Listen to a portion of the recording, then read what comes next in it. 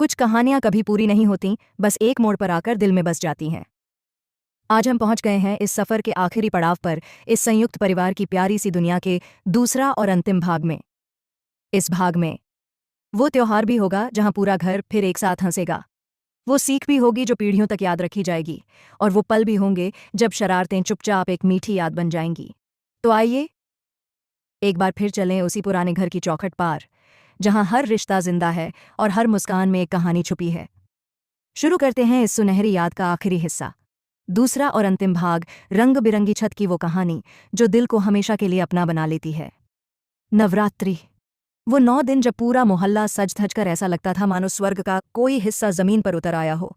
कहीं से ढोल की थाप आ रही होती तो कहीं मंदिर के घंटे, और हर घर की रसोई से आती घी, बेसन और इलायची की महक इंसान को आधे घंटे में 4 बार भूख का एहसास दिला देती।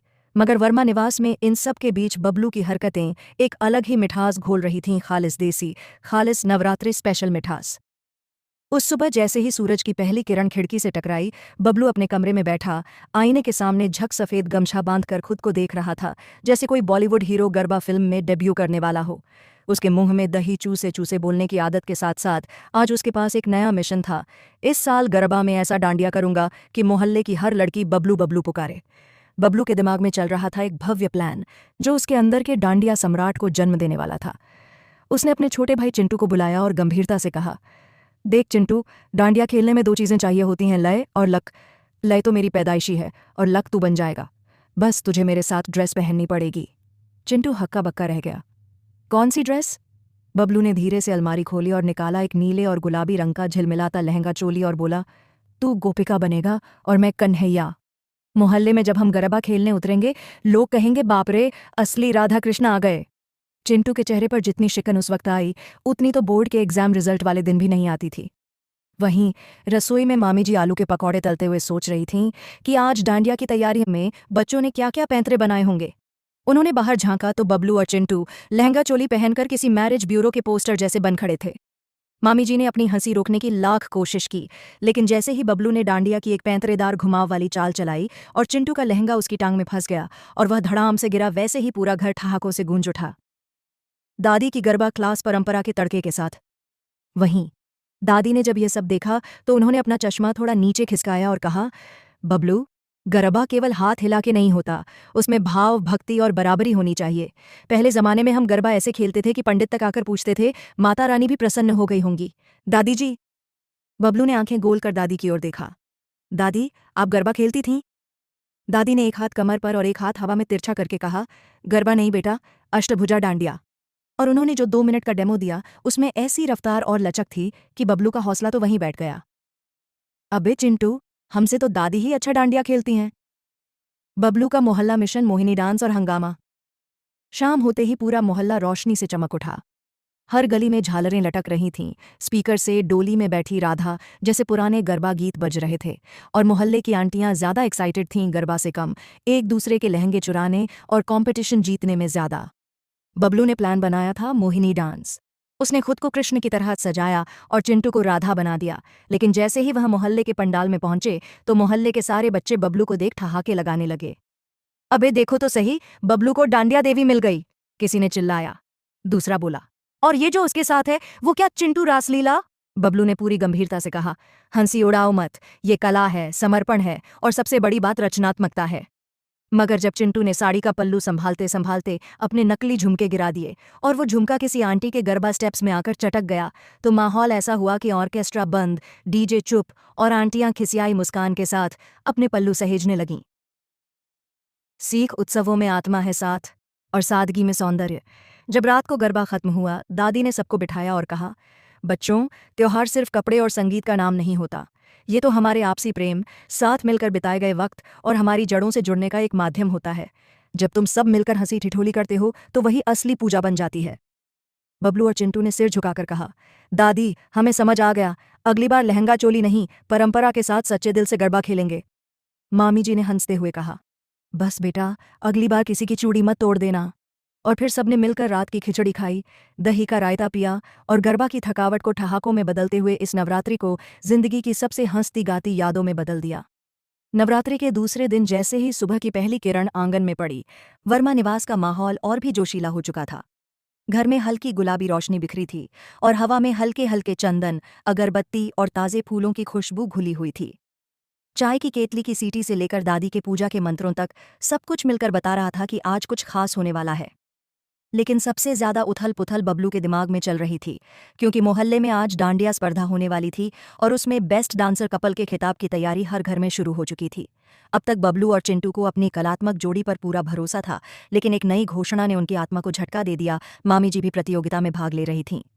बबलू ने जैसे ही यह सुना, उसने चिंटू को कोने में ले जाकर फुसफुसाया, अबे, अगर मामी जी मैदान में उतर गईं तो समझ ले हार पक्की है। उनका डांस मतलब पूरे मोहल्ले का भूकंप। चिंटू ने घबरा कर कहा, पर मामी जी को कौन पार्टनर मिलेगा? बबलू ने गहरी सांस लेकर कहा, बाबूजी। अब दोनों भाइयों की आंखों में एक ही सपना तैरने लगा। डांडिया स्पर्धा में हार से नहीं, मामी जी के डांस से जान बचानी है। मामी जी की प्रैक्टिस संगीत की धुन या जलेबी की जुम्बिश? मामी जी अपनी डांडिया प्रैक्टिस में ऐसे लगी थीं जैसे फिल्म की हीरोइन ऑडिशन दे रही हो। उन्होंने गीले बालों को झटके से पीछे फेंककर जैसे ही पहला स्टेप मारा तो पास में खड़ी मुन्नी बुआ का पानी का गिलास कांप गया। मामी जी ने रसोई में जाकर बर्तन की ढक्कन निकाले और कहा, जब असली डांडिया नहीं मिले तो यही सही, कला साधना साधनों की मोहताज नहीं होती। और फिर उन्होंने ढक्कनों से ऐसा ताल ठोका कि दादी को लगा कि कोई महाभारत का युद्ध शुरू हो गया है। बाबूजी चुपचाप दरवाजे के पीछे खड़े थे और उन्होंने चिंटू को धीरे से पास बुलाकर पूछा, बेटा, भाग लेने से मना कैसे करूं? मामी ने कह दिया है कि डांडिया जोड़ी ना बनाई तो रात का खाना बनाना बंद। चिंटू ने चिंतित होकर कहा, बाबूजी, आपको खाना चाहिए या इज्जत? बाबूजी बोले, बेटा, इस उम्र में खाना ज्यादा जरूरी है। स्पर्धा की शाम जब रंगीनियां बढ़ीं और ढोल की गूंज तेज हुई, शाम को पूरा मोहल्ला रंग बिरंगी लाइट्स से दमक रहा था। हर जोड़ा एक से बढ़कर एक वेशभूषा में था। किसी के हाथ में झिलमिल डांडिया, किसी के लहंगे में झांझरें, किसी की आंखों में प्रेम की चमक, तो किसी के चेहरे पर जीत की भूख। बबलू और चिंटू ने हार न मानने की ठान ली थी। उन्होंने खुद को राजस्थान एक्सप्रेस का लुक दिया, मिरर वर्क की जैकेट, गमछा शैली की पगड़ी और कंधे पर तिरछा घूंघट। जैसे ही उनकी बारी आई, उन्होंने बीट्स पर ऐसा तालमेल दिखाया कि दर्शक झूम उठे। लेकिन उनकी असली टक्कर मामी जी से थी। मामी जी मंच पर आईं, झकास साड़ी, चमकते कंगन और उनके पीछे, थोड़ा डरते हुए, बाबूजी। डांस शुरू होते ही मामी जी ने कमर में ऐसा लोच दिखाया कि पास में खड़े मास्टर जी की छड़ी गिर गई। बाबूजी ने बड़ी मुश्किल से ताल पकड़ने की कोशिश की, लेकिन हर तीसरे स्टेप पर मामी जी उन्हें आगे खींच लेती, जैसे ट्रेन की बोगी को इंजन खींच रहा हो। जब अंत में मामी जी ने स्टेज पर स्पिन लिया और बाबूजी उनके पल्लू में उलझकर घूम गए, तब पूरे मोहल्ले में हंसी का ऐसा विस्फोट हुआ कि स्पीकर की आवाज भी फीकी पड़ गई। नतीजा और दादी का ज्ञान, जीत नहीं, साथ मायने रखता है। स्पर्धा के अंत में जब परिणाम घोषित हुआ तो बेस्ट डांसर कपल के लिए नाम पुकारा गया, मिसेज वर्मा और मिस्टर वर्मा, यानी मामी जी और बाबूजी। बबलू और चिंटू ने अपने सिर पर हाथ मारा और एक ही आवाज में बोले, अब हर साल यही होगा। दादी मुस्कुराते हुए सबको एकत्रित कर बोली, बच्चों, ये त्योहार हमें सिखाते हैं कि साथ में मुस्कुराने का मौका कभी हाथ से नहीं जाने देना चाहिए।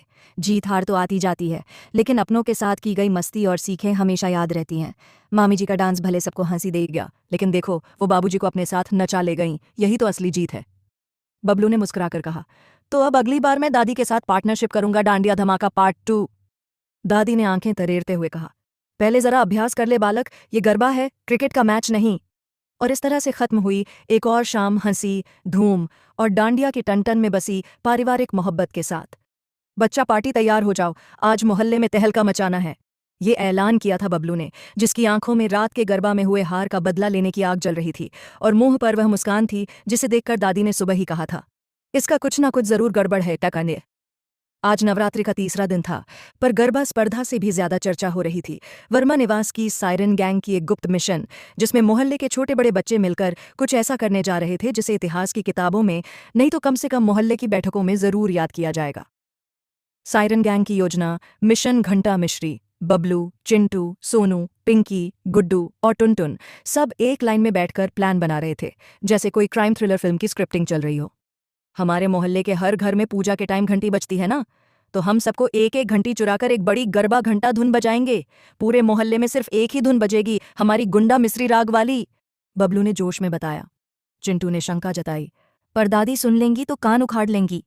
पिंकी बोली, उखाड़ने दो, इस बार अगर शोर नहीं मचाया तो हम बच्चे ही नहीं। और फिर शुरू हुआ मिशन घंटा मिश्री, जिसमें मिश्री का मतलब था मिठास से छुपकर शरारत करना। घर घर घंटा, मोहल्ला बना मंडला। बच्चों ने घर घर जाकर पूजा की घंटियां चुपचाप गायब कर लीं।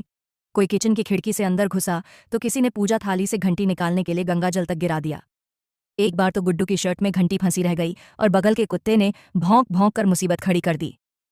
जब सारी घंटियां इकट्ठा हुईं तो बच्चों ने मोहल्ले के बीच मैदान में एक मेज सजाई और घंटियों की एक सिम्फनी शुरू की, टिन टन टिना टन टन। पहले तो लोगों को लगा कोई देवता प्रकट हो गए हैं, लेकिन जैसे ही धुन में चुन्नू की माँ मोटी है, ढोल सी बजती जाती है, जैसी तुकबंदियां आईं तो मोहल्ला हंसी के ठहाकों से गूंज उठा। दादी का क्रोध और फिर उनका संस्कार प्रवचन। दादी पूजा करके जैसे ही आंगन में आईं और देखा कि पूजा की घंटी गायब है तो उन्होंने हे भगवान, ये कौन पापी है कहकर आसमान की ओर देखा और फिर आवाज दी, बबलू। बबलू ने डरते हुए कहा, दादी पूजा की घंटी हमने लेकर थोड़ी रचना बनाई थी, मतलब गरबा का मिक्सिंग कर रहे थे। दादी चुपचाप आईं, सब बच्चों को सामने खड़ा किया और कहा, जब मैं तुम्हारी उम्र की थी ना, तब पूजा की घंटी बजाना सबसे बड़ा गर्व था। हम लोग तो चावल के ढेर से लकीर बनाकर उसका आकार सुधारते थे, और तुम लोग चुन्नू की माँ मोटी है गा रहे हो। बच्चे झेंप गए, लेकिन दादी रुकने वाली नहीं थीं। उन्होंने संस्कारों का ऐसा प्रवचन दिया कि टुनटुन तो बीच में रो भी पड़ा। दादी, अब हम घंटी सिर्फ पूजा में ही बजाएंगे, कसम से। लेकिन फिर दादी मुस्कुराईं और बोलीं, बुद्धि जब पगला जाती है तो शैतान की घंटी बजती है, लेकिन अगर इसी ऊर्जा से आरती में सुर मिलाओ तो वो गाना नहीं, भक्ति होता है। बबलू बोला, तो हम कल आरती में डीजे वाली आरती गाएं? दादी ने तरेरते हुए कहा, कनपटी बजाऊंगी आरती की जगह। नया नियम, नया काम, बच्चों की आरती मंडली। दादी ने फैसला किया कि अब हर दिन बच्चों को आरती में हिस्सा लेना होगा और हर बच्चे को कोई न कोई वाद्य यंत्र बजाना होगा। बबलू को मंजीरा, चिंटू को ढोलक, पिंकी को शंख, जो बजे या ना बजे चलाना पड़ेगा, और सोनू को घंटी। अब सायरन गैंग पूजा मंडली में बदल चुकी थी और मोहल्ले वालों को ऐसा भक्ति रस मिला कि सबने कहा, ये शैतान जब भक्ति में लगते हैं तो सच्चे साधक बन जाते हैं। तुम्हारे कपड़े देखकर संस्कार नहीं झलकते बबलू। ये वाक्य तब बोला गया जब बबलू गरबा में टी शर्ट और शॉर्ट्स पहनकर आया और गाने पर इतना कूदा कि लगता था जमीन कांप रही है। दादी की आंखें चौड़ी, मुंह टेढ़ा और हाथ में पूजा की थाली। उन्होंने थाली नीचे रख दी और बबलू को कान पकड़कर खड़ा किया। ये कोई पहनावा है गरबा खेलने का? तुम्हें शर्म नहीं आई? संस्कार नाम की भी चीज होती है, आद होती है। बबलू बोला, दादी ये तो यूथ स्टाइल है। दादी गरज पड़ी, यही यूथ स्टाइल कल तुम्हें चड्डी में नाचने पर मजबूर करेगा। पूरे घर में हंसी का बवंडर उठ गया। चिंटू पेट पकड़कर हंस रहा था और पिंकी बोली, दादी को गुस्सा मत दिलाओ वरना वो कॉप्टर रैंप वॉक करवा देंगी। दादी बोली, हाँ, और अब ऐसा ही होगा। इस बार नवरात्रि के अंतिम दिन संस्कारी फैशन शो होगा जिसमें हर बच्चा पारंपरिक पोशाक पहनकर संस्कार का परिचय देगा, और जो जीतेगा उसे मिलेगा घर की छत पर बिना टोके सोने की इजाजत। ये इनाम सुनते ही सब बच्चों की आंखें चमक उठीं। संस्कारी फैशन शो की तैयारी सिलाई मशीन से धमाका। अब पूरे घर में एक अजीब सी हलचल थी। एक तरफ बबलू सिलाई मशीन चला रहा था और दूसरी तरफ चिंटू ने दादी की पुरानी साड़ी को गलती से काटकर कुर्ता बना दिया था। दादी ने देखा तो माथा पकड़ लिया। अब मैं गरबा खेलने क्या तुम्हारे झोल में जाऊं? गुड्डू ने अपनी पैंट के नीचे धोती पहन ली थी और टुनटुन ने सिर पर तौलिया बांधकर कहा, मैं साधु बनूंगा। पिंकी ने लहंगा पहना लेकिन सिर पर स्टील का थाल उल्टा रख दिया। ये मेरा संस्कार हेलमेट है। अब इन सब बच्चों को देखकर दादी पहले तो हैरान हुई, फिर मुस्कुराई। ठीक है, इनका फैशन ही संस्कार से भरा है, थोड़ा ढीला ढाला ही सही। Catwalk start. दादी बनी जज और पापा बने मिमिक्री मास्टर। छत पर एक कंबल बिछाकर उसे कैटवॉक रैंप बनाया गया। बगल में लाइट की तारें टांगी गईं और मोहल्ले के कुछ लोगों को दर्शक बनाकर बिठाया गया।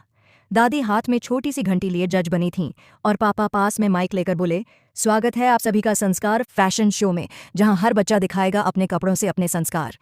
पहला आया गुड्डू, सिर पर नारियल और कमर पर पूजा की माला। दादी ने पूछा, तू क्या बना है रे? गुड्डू बोला, मैं पूजा का थाल हूं। दादी हंस पड़ी, तू थाल कम, लड्डू ज्यादा लग रहा है। दूसरे नंबर पर आया टुनटुन, सफेद धोती, लोटा और माथे पर चंदन। बोला, मैं बना हूं हरिद्वार वाला बाबा। पापा बोले, तू हरिद्वार वाला बाबा कम, बिस्लेरी वाला बाबा ज्यादा लग रहा है। हंसी की बौछार चल पड़ी। फैशन शो का विनर और संस्कार का इनाम। बारी आई बबलू की। उसने शेरवानी, पायजामा और सिर पर साफा बांधा था। आते ही उसने कैटवॉक करते हुए हाथ जोड़े और कहा, संस्कार वो आभूषण है जो चरित्र को चमक देता है। ये पोशाक नहीं, परंपरा है। दादी की आंखें भर आईं। बबलू बेटा, तू तो वाकई बदल गया। तेरे अंदर अब मस्ती के साथ समझदारी भी आ गई है। फैशन शो का विजेता घोषित हुआ बबलू, और इनाम मिला छत पर बिना टोके सोने की इजाजत 3 दिन तक। बबलू खुश होकर बोला, अब हम सब छत पर गप्पे लड़ाएंगे, भूत की कहानियां सुनेंगे और ढेर सारी हंसी मचाएंगे। दादी की सीख और बच्चों की कसम। अंत में दादी ने सब बच्चों को बिठाकर कहा, बेटा, फैशन करना बुरा नहीं है, लेकिन अपने संस्कार को पहनावे में शामिल करना सबसे बड़ा फैशन होता है। चाहे कपड़ा नया हो या पुराना, अगर दिल साफ है, सोच अच्छी है, तो तुम सबसे सुंदर हो। बबलू बोला। दादी, अगली बार मैं गरबा में कुर्ता ही पहनूंगा। गुड्डू ने जोड़ा। और मैं थाल नहीं बनूंगा, थाली में खाना खाऊंगा। हंसी के साथ भाग का समापन हुआ, लेकिन एक नई बात शुरू हुई बच्चों की संस्कार मंडली, जो अब हर रविवार को दादी से सीख लेकर मोहल्ले में बच्चों को मजे से सीख देती थी। जब बबलू बना रावण और मोहल्ले वालों को डर की जगह हंसी आने लगी। 90 के दशक की वो सुबह थी जब पूरे मोहल्ले में एक ही चर्चा थी, इस बार की रामलीला में कौन कौन रोल निभा रहा है। मोहल्ले के स्कूल के मैदान में जैसे ही बांस बल्लियों का स्टेज बना, बच्चों की भीड़ वहां मंडराने लगी। बबलू की तो जान ही निकल गई जब पता चला इस बार तू रावण बनेगा। बबलू चीखा। क्या? मैं रावण? अरे मैं तो राम बनना चाहता था, मेरे अंदर भी अच्छे संस्कार हैं दादी। दादी बोली। बेटा, अभिनय में तो हर किरदार निभाना पड़ता है, और तू तो गुस्से में सबसे बढ़िया लगता है, तू ही बनेगा रावण। चिंटू ताली बजाकर बोला। रावण बनेगा बबलू, और उसकी लंका होगी हमारी छत। रामलीला की रिहर्सल संवाद कम, हंसी ज्यादा। अब रिहर्सल शुरू हुई। गुरुजी बोले। बबलू, तू बोलेगा हे राम, तूने मेरी बहन का अपमान किया, अब देख मेरा कोप। बबलू बोला। हे राम, तूने मेरी बहन की गुड़िया फोड़ दी, अब देख तू फेल हो जाएगा अगली परीक्षा में। गुरुजी का सिर घूम गया। ये रामायण है या बच्चों की शरारतों की कहानी? चिंटू ने सीता का रोल लिया था, पर वो बार बार लाइन भूलकर बोलता, हे राम, मम्मी को बोल देना मैं आज ट्यूशन नहीं जाऊंगी। पिंकी जो लक्ष्मण बनी थी, वो भी हर बार रिहर्सल में मोबाइल निकालकर कहती, मैं इंस्टा पर स्टोरी डाल रही हूँ, #लैक्समैन इन लीला। गुरुजी हार मान गए, ये रामलीला नहीं हंसलीला बन गई है। बबलू की लंका और जलेबी गदा। अब बबलू की वेशभूषा बनी 10 सिरों वाली रावण की टोपी, जो कागज से बनी थी, लेकिन हवा आते ही उड़ जाती थी। टुनटुन ने इतनी टाइट रस्सी बांधी कि बबलू की सांस रुकने लगी। ये रावण कम, रसगुल्ला ज्यादा लग रहा है। बबलू का गदा बना दादी की बेलन में बांधी गई जलेबी की थाली। चिंटू बोला, जब तू मरेगा तो तेरी गदा खा लेंगे। और शुरू हुआ शो जब रावण ने कहा, डोंट टच माई सिस्टर। शाम को पूरा मोहल्ला इकट्ठा हुआ। दादी आगे की लाइन में बैठी और पापा वीडियो रिकॉर्डिंग कर रहे थे। स्टेज पर राम और लक्ष्मण सीता सब आ गए। बबलू अपनी एंट्री में इतना जोर से बोला, हे Ram, don't touch my sister. पूरा स्टेज हिल गया, बच्चे तालियां बजाने लगे। पापा ने कैमरा नीचे कर दिया और बोले, ये रामलीला है या हॉलीवुड स्क्रिप्ट? गुरुजी मुंह पकड़कर बैठ गए। फिर जब राम ने तीर चलाया तो बबलू गिरने की बजाय बोला, अरे पहले बताओ कि स्टंट डबल कहाँ है? दादी की सीख और बच्चों की ठहाके। शो के बाद घर लौटकर दादी ने सब बच्चों को बुलाया। उन्होंने प्यार से समझाया, बेटा, त्योहारों में हंसी मजाक ठीक है, लेकिन इन कहानियों में छुपे आदर्शों को भी समझना जरूरी है। रामायण सिर्फ युद्ध की कहानी नहीं, बल्कि आदर्शों की पाठशाला है। बबलू बोला, दादी, अगली बार मैं राम बनूंगा। टुनटुन बोला, और मैं सीता नहीं बनूंगा, मैं हनुमान बनूंगा, जो बिना रेखा के ही लंका फूंक दे। दादी हंसते हुए बोली, तू रेखा को नहीं, ट्यूशन फूंक देगा। जहां एक पर्स ने सबको परेशान कर दिया, पर एक अजनबी को बना दिया परिवार का हिस्सा। बात दशहरे की शाम की है। रामलीला तो हो गई थी, लेकिन असली मजा तो अब आना था, जब पूरा मोहल्ला अपने बच्चों, चाचाओं, चाचियों, दादियों, दादाओं और पड़ोसियों के साथ मेला देखने निकलता था।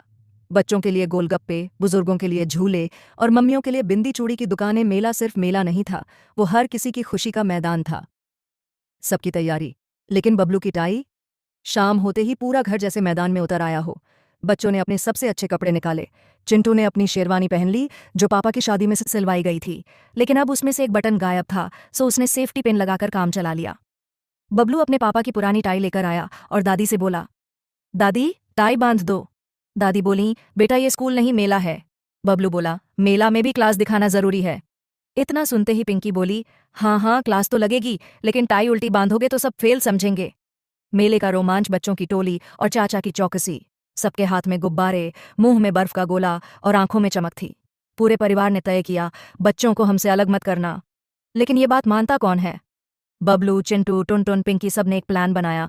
हम चुपचाप भूत बंगला में चले जाएंगे, वहां चाचा को नहीं आने देंगे, नहीं तो डर के मारे वही भूत बन जाएंगे।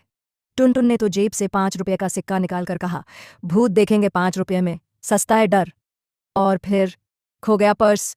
मेला अपनी रफ्तार पर था जब अचानक चाची जी की आवाज आई, अरे मेरा पर्स कहीं गिर गया। पर्स में क्या था? एक पुराना 20 रुपये का नोट, चश्मा जो वो 2 साल से नहीं पहनती थीं, और एक चिट्ठी जिसमें लिखा था, घर लौटते समय भिंडी ले आना। पर पर्स का महत्व अब इतना बढ़ गया जैसे उसमें कोई राज था। पूरी फैमिली अब पर्स खोजो अभियान में लग गई। दादी बोली, हमारे जमाने में पर्स नहीं पोटली होती थी, उसमें भी कुछ नहीं होता था लेकिन खोता नहीं था। और पर्स मिला, एक नए रिश्ते के साथ। तभी एक सीधा सादा लड़का दौड़ता हुआ आया। क्या ये आपका पर्स है मैडम? चाची जी ने आंखें बड़ी करके देखा। हाँ, यही है। लड़के का नाम था रघु, जो मेले में गुब्बारे बेचता था, लेकिन आज उसने सच्चाई बेचने के बदले अपनापन खरीद लिया था। बबलू बोला, अरे आप तो हमारे रामलीला में हनुमान बन सकते थे। रघु मुस्कराया, मैं तो हनुमान बनने लायक नहीं, लेकिन अगर दोस्त बन जाऊं तो चलेगा। चाची जी ने प्यार से उसका हाथ पकड़ा। आज से तू हमारा बेटा है, रघु बेटा। दादी की सीख और बच्चों की समझ। घर लौटते वक्त दादी बोली, आज के मेले में हमने जो पाया वो कोई पर्स से ज्यादा कीमती है। अच्छाई हमेशा लौट कर आती है, और दूसरों की मदद करने वाला कभी अकेला नहीं रहता। पिंकी बोली, मतलब अब हम रघु भैया को भी अपने साथ रामलीला में लाएंगे? दादी ने मुस्कुराकर कहा, हाँ, और इस बार वही राम बनेगा जो सबसे सच्चा निकला।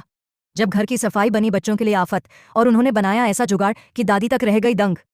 दिवाली नजदीक थी और पूरे घर में जैसे युद्ध की तैयारियां चल रही थीं, लेकिन ये युद्ध था धूल, जाले और बेतरतीब रखे सामान के खिलाफ। बड़ी चाची ने कमान संभाली थी और उनके हाथ में थी झाड़ू, और उनके मुंह में था आदेश। आज कोई नहीं बचेगा, जो भी नजर आएगा या तो झाड़ू पकड़ेगा या कपड़ा। बबलू ने जैसे ही नींद से आंखें खोलीं, सामने चाची जी दिखीं झाड़ू तान के। बबलू उठो, सफाई करनी है। बबलू, चाची, सपने में सफाई कर रहा था, क्या वो गिन ली जाएगी? चाची, तेरा सपना तोड़ने ही आई हूं, अब असलियत में झाड़ू उठाओ। घर में सफाई का आपातकाल घोषित। पूरे घर में सफाई का ऐसा तांडव मचा कि छिपकली तक ने दीवारें छोड़ दीं। दादी तक अपने पुराने संदूक से वो चादरें निकाल रही थीं जो आज़ादी के पहले से नहीं धुली थीं। पिंकी अपनी किताबें अलमारी में ठीक करने लगी, लेकिन फिर बोली, मम्मी, मुझे पढ़ाई का टाइम मिल गया है, सफाई बाद में करूंगी। मम्मी, पढ़ाई बाद में, पहले किताबों से पंखे का जाला निकाल। चिंटू ने तो जैसे नया आविष्कार किया, उसने झाड़ू को लंबा बांस जोड़कर बनाया, टेलीस्कोपिक डस्ट क्लीनर, और बोला, मैं ऊपर के जाले बिना सीढ़ी चढ़े हटा सकता हूं। टुनटुन ने कहा, और मैं जमीन से ही तुम्हारा काम देखकर हंसी निकाल सकता हूं। बच्चों का इमरजेंसी प्लान, सफाई से बचने का ऑपरेशन। अब बच्चों ने मिलकर एक गुप्त बैठक की। बबलू, हमें इस सफाई से बचना है, वरना बचपन चला जाएगा। पिंकी, हम प्लान बनाएंगे ऑपरेशन धूल भुलैया। प्लान कुछ यूं था, सुबह उठते ही सब ऐसे एक्टिंग करेंगे जैसे बीमार हैं। चिंटू बोलेगा, मेरे पेट में कुछ कुछ हो रहा है। टुनटुन बोलेगा, मेरी आंखों में झाड़ू की एलर्जी है। पिंकी बोलेगी, मेरे हाथों में सिर्फ किताब उठाने की शक्ति है, झाड़ू की नहीं। लेकिन सबसे बड़ा मास्टर स्ट्रोक था, बबलू ने खुद को चादर में लपेट कर कहा, मैं तो अब प्रेत आत्मा बन गया हूं, सफाई मुझे छू नहीं सकती। और फिर आया दादी का धमाका प्रवचन। दादी जी ने सबके बहानों को सुनकर पहले तो एक लंबी सांस ली, फिर बोली, बचपन में हम लोग हाथ से मिट्टी उठाकर कोठरी साफ करते थे, झाड़ू क्या होती थी, हम तो खुद ही झाड़ू थे। फिर उन्होंने बच्चों को पास बुलाया, सुनो बच्चों, दिवाली सिर्फ घर की सफाई का त्योहार नहीं, ये मन की सफाई का भी मौका है। जब हम पुराने झगड़े, गलतियां, आलस्य और गलत सोच को हटाते हैं, तभी सच्ची दिवाली आती है। बबलू बोला, मतलब अगर हम झाड़ू चलाएंगे तो पाप मिटेगा? दादी, पाप तो बाद में मिटेगा, पहले आलस्य मिटेगा। सफाई बनी फैमिली फन। दादी ने एक तरकीब निकाली, सफाई को बनाया खेल। जिसने सबसे ज्यादा जाले हटाए उसे मिलेगा गुलाब जामुन का बॉक्स। अब तो बच्चे पंखे से लेकर पर्दों तक चढ़ गए। टुनटुन ने तो झूला खोल दिया। पिंकी झाड़ू घुमा रही थी जैसे डांडिया स्टिक हो, और बबलू गा रहा था, झाड़ू चला मिटे जाले का जादू चला। अंत में सब थककर बैठ गए, लेकिन चेहरों पर था सुकून, आंखों में चमक, और पेट में भर गया गुलाब जामुन। जब एक रॉकेट ने पड़ोसी का शीशा तोड़ा तो बबलू ने जो कहा, उससे दिल जीत लिया सबका। दिवाली की रात आई, वो रात जिसका इंतजार पूरे साल भर होता है। घर चमक रहा था जैसे चांद ने अपनी सारी रोशनी यहीं बिखेर दी हो। रंगोली बन चुकी थी, मिठाइयों की ट्रे तैयार थी, और टेबल पर दियों की कतारें ऐसे लग रही थीं जैसे सितारे जमीन पर उतर आए हों। बबलू का रॉकेट लॉन्चिंग स्टेशन। बबलू और चिंटू ने पूरे मोहल्ले को दिखाने का प्लान बना रखा था। इस बार सबसे ऊंचा रॉकेट हमारा जाएगा। टुनटुन ने उसके रॉकेट को देखकर कहा, यह तो मिसाइल जैसा है, कहीं पाकिस्तान ना उड़ जाए। पिंकी बोली, पहले खुद उड़ जा, फिर देश को उड़ाना। रॉकेट रखा गया बोतल में टेढ़ा, तिल्ली जली, सबने आंखें बंद की। पट, रॉकेट गया, पर सीधा पड़ोसी शर्मा अंकल के घर की खिड़की का कांच तोड़ गया। पड़ोसी का गुस्सा और घरवालों का सन्नाटा। शर्मा अंकल गुस्से में घर से निकले। कौन था ये वैज्ञानिक जिसने एनएसए को पीछे छोड़ दिया? बबलू ने तुरंत कहा, मैं था अंकल, पर इरादा नहीं था कांच तोड़ने का, रॉकेट ही थोड़ा ज्यादा देशभक्त निकला। मम्मी पापा ने डांटने की तैयारी कर ली थी, लेकिन तभी बबलू ने कुछ ऐसा किया जो सबका दिल छू गया। बबलू की माफी और दादी की सीख।